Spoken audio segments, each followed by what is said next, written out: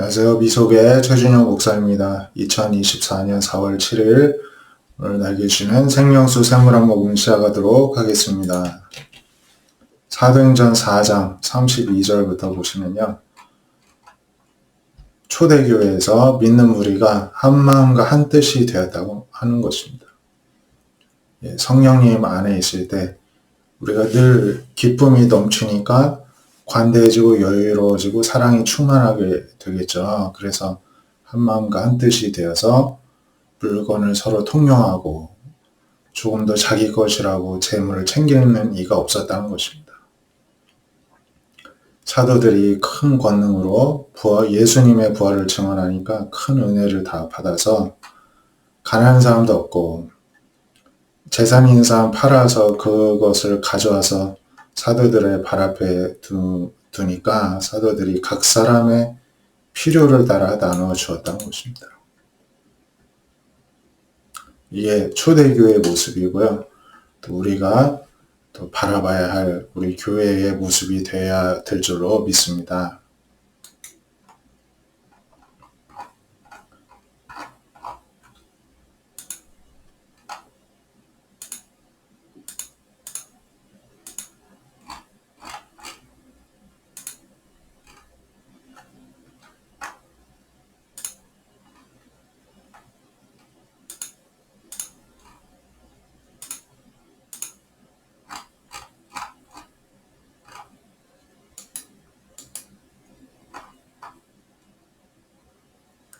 이어서 요한일서 1장 1절부터 보시면요. 요한일서도 사도 요한이 기록을 한 서신이죠.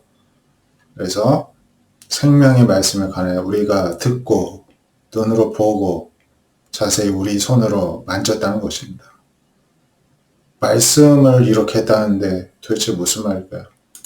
이 말씀이 바로 예수님이시기 때문에 예수님의 제자로서 목소리도 들어보고 말씀하신 것도 듣고 모습도 눈으로 보고 또 자세히 보고 손으로 만졌다는 것입니다. 굳이 손으로 만졌다는 것을 강조를 하는 것을 보아 부활하신 예수님을 손으로 만져봤다 확인을 시켜주는 것입니다. 그래서 이 생명이 나타나신 것을 우리가 보았다는 것입니다. 이분이 영원한 생명이라는 것입니다. 그래서 본 것을 증언하고 또 아버지와 함께 계시다가 우리에게 나타나신 분이시라는 것을 전한다는 것이죠. 그래서 우리가 보고 들은 바를 너에게 전함은 우리의 사귐이 있게 하기 위해서인데 우리의 사귐은 아버지와 그 아들 예수 그리스도와 더불어 누리는 어떤 영적인 사귐이라는 것이죠. 우리가 이것을 쓰면 우리의 기쁨이 충만하게 하려 함이라. 우리가 그에게서 듣고 너에게 전한 소식은 이것이니 하나님은 빛이시라는 것입니다. 그에게는 어둠이 조금도 없으시고 만일 우리가 하나님과 사귐이 있다 하면서 어둠에 행하면 거짓말하고 진리 행하지 아니하다는 것이죠. 그래서 하나님이 빛 가운데 계신 것 같이 우리도 빛 가운데 행하면 우리가 서로 사귐이 있게 되고 예수의 피가 우리를 모든 죄에서 깨끗하게 하신다는 것입니다. 만약 우리가 죄가 없다고 말하면 스스로 속이는 것이고 진리가 우리 속에 있지 않다는 것입니다. 참 놀랍죠. 부활하신 예수님 또 빛이신 하나님을 우리가 사귀려면 친밀해지려면 죄가 없다고 말하면 안 된다는 것입니다. 죄가 있다고 말을 해야 된다는 것이죠.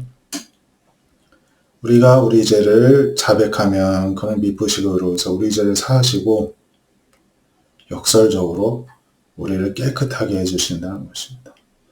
근데 우리가 범죄를 안 했다 하면 하나님을 거짓말하는 이로 만드는 것이고 그 말씀 또한 우리 속에 없게 된다는 것입니다. 참 역설적입니다. 그래서 우리는 나쁜 사람이라고 말하면서 좋은 사람이 되는 것입니다. 내가 좋은 사람이라고 말하면 그래서 나쁜 사람인 채로 우리는 살아가게 되어 있는 놀라운 진리가 우리에게 있습니다.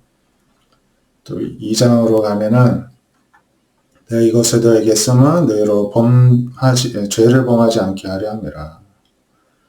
누가 죄를 범하여도 아버지 앞에서 우리에게 대언자가 있으니 예수 그리스도 제물이시라는 것이죠. 예수님은 우리 죄를 위한 화목제물이시고 우리만 위하는 게 아니라 온 세상의 죄를 위해서 계시는 분이라는 것입니다. 그러니까 우리가 설령 죄를 짓더라도 두려워하지 말고 예수님을 의지하고 하나님 앞에 나아가라는 것이죠. 요한복음 20장 19절에서 보면은 안식 후 첫날 이제 예수님 부활하신 날이죠.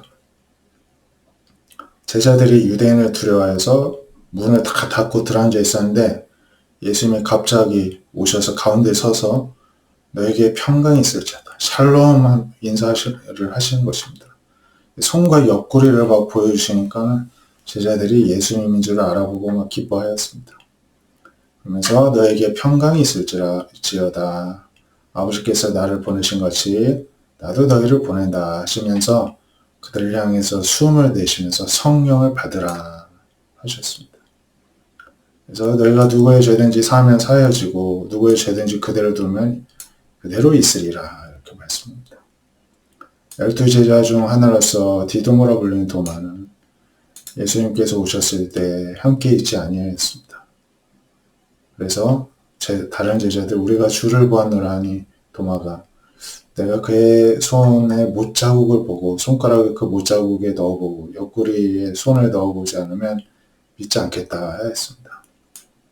여들의 8일이 지나서 제자들이 또 숨어있는데 도마도 있었는데 문들이 닫혔는데 갑자기 똑같이 예수님이 나타나셔서 너에게 평강이 있을지어다 하시면서 도마에게 내 손가락을 내밀어 내 손을 보고 옆구리에 넣어보라 하십니다. 그래서 믿음이 없는 자가 되지 말고 믿는 자가 되라. 그러니까 도마가 굳이 안 넣어봐도 알겠다는 것이죠. 그래서 나의 주님이시여 나의 하나님이십니다. 그러면서 너는 나를 본고로 믿느냐 보지 못하고 믿는 자들은 복되도다. 이렇게 말씀을 하십니다. 우리는 보지 못하고 믿는 자들이죠. 복되다고 하십니다. 그래서 이 책에 기록되지 않은 많은 표적도 행하셨는데 여기까지만 간추려서 기록한 것은 이 서신을 이 요한복음을 읽는 모든 독자들이 예수님께서 하나님의 아들 그리스도이심을 믿게 하기 위해서 믿음을 위해 필요한 부분만을 기록을 남겼다는 것입니다. 그래서 예수님을 믿고 그 이름에 힘입어 생명을 얻게 하기 위해서 기록하였다는 것입니다. 우리가 이 말씀을 듣고 또 보고 믿으면서 예수님을 믿고 예수님의 이름 힘입어 늘 생명으로 충만하시기를 바랍니다. 기도하겠습니다. 하나님 아버지 부활절 둘째 주일을 맞이하여 부활하신 주님을 우리가 성령 안에서 만나고 알게 해주심에 감사드립니다. 날마다 예수님을 의지하여 이름에 힘입어 우리에게 늘 생명이 차고 넘치게 해주시고 주님 안에서 날마다 소생하는 새 힘을 얻는 우리 모두가 되게 하여 주시옵소서. 하나님 우리에게 연약함이 있고 아픔이 있습니까? 예수님께서 그 모든 저주를 끊기 위해 십자가에 모든 죄와 저주를 안고 가셨음을 믿게 하여 주시옵시고 나사렛 예수 이름으로 명하노니 모든 연약함이 떠나갈지어다. 아멘. 주님께서 치료하여 주시옵소서. 주님께서 고쳐주심을 경험케 하여 주시옵소서. 예수님의 능력이 우리들의 몸에, 우리의 육신에, 우리들의 정신에, 우리들의 영혼에, 우리들의 일상의 삶에 새겨지고 나타나고 드러내게 하여 주시옵소서. 그러기 위해 날마다 우리 죄를 고백하고 회개하며 예수 그리스도의 이름을 힘입어 하나님 앞에 나아가 빛 가운데로 나아가는 우리 모든 성도님들, 주의 백성들 다 되게 하여 주시옵소서. 살아계신 예수님의 이름으로 감사하며 기도드립니다. 아멘. 오늘도 부활의 능력으로 승리하시고 또 믿음으로 승리하는 한 주간 되시기를 축복드립니다. 감사합니다.